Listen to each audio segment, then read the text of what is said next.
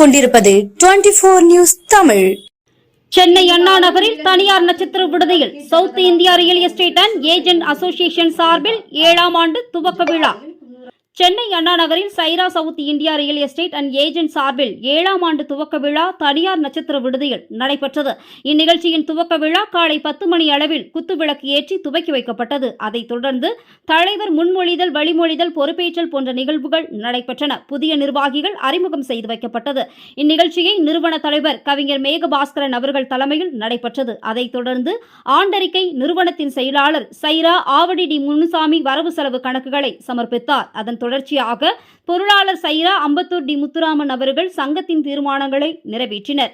அதன் தொடர்ச்சியாக அனைவருக்கும் மதிய உணவு வழங்கப்பட்டது. உணவு இடைவேளைக்கு பின்பு ஆண்டு விழா நிகழ்ச்சி தொடங்கியது. அதன் தலைவர் கவிஞர் மேகபாஸ்கரன் முன்னிலை வகிக்க பாட்டிக குமார், துணைத் தலைவர் அட்வொகேட் பி செல்வகுமார், துணை செயலாளர் வரவேற்புரை நிகழ்த்த, ஆவடி முனுசாமி செயலாளர் நன்றி உரையாற்ற, அம்பத்தூர் டி முத்துராமன் பொருளாளர் சைரா கருத்துரையாற்றினார். இதில் சிறப்பு விருந்தினராக கலந்து கொண்ட கே பாசிட்டிவ் பெருமாள் தொழில் முனைவோருக்கு பயிற்சியை அளிக்க, அதனைத் தொடர்ந்து மா ரத்தினபால் தங்கள் அனுபவத்தை தொடர்ச்சியாக அளித்தார். அதன் பிறகு அட்வொகேட் கவிஞர் சுப தென்பாண்டியன் அவர்கள் சட்ட ரீதியாக பெண்களுக்கும் குழந்தைகளுக்கும் ஏற்படும் இன்னல்களை பற்றி எடுத்துரைத்தார்.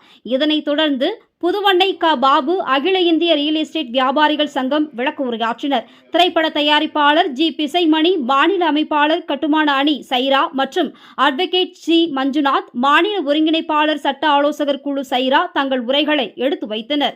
இதன் ஒரு பகுதியாக விளக்க உரைகளை Janab P Kaja Maideen, C A Johnson, M Karthik ஒருங்கிணைத்தனர். இந்நிகழ்ச்சியை கே கணேஷ் மற்றும் சி ஏ கிரிதரன் தொகுத்து வழங்கினர். நிறைவாக அனைத்து நிர்வாகிகளுக்கும் மற்றும் உறுப்பினர்களுக்கும் நினைவு பரிசுகள் வழங்கப்பட்டது. அதனைத் தொடர்ந்து நிகழ்ச்சி இனிதே நிறைவேறியது. இதில் நிர்வாகிகள், சங்க உறுப்பினர்கள், சிறப்பு விருந்தினர்கள் என சுமார் 150க்கும் மேற்பட்டோர் கலந்து கொண்டு சிறப்பித்தனர்.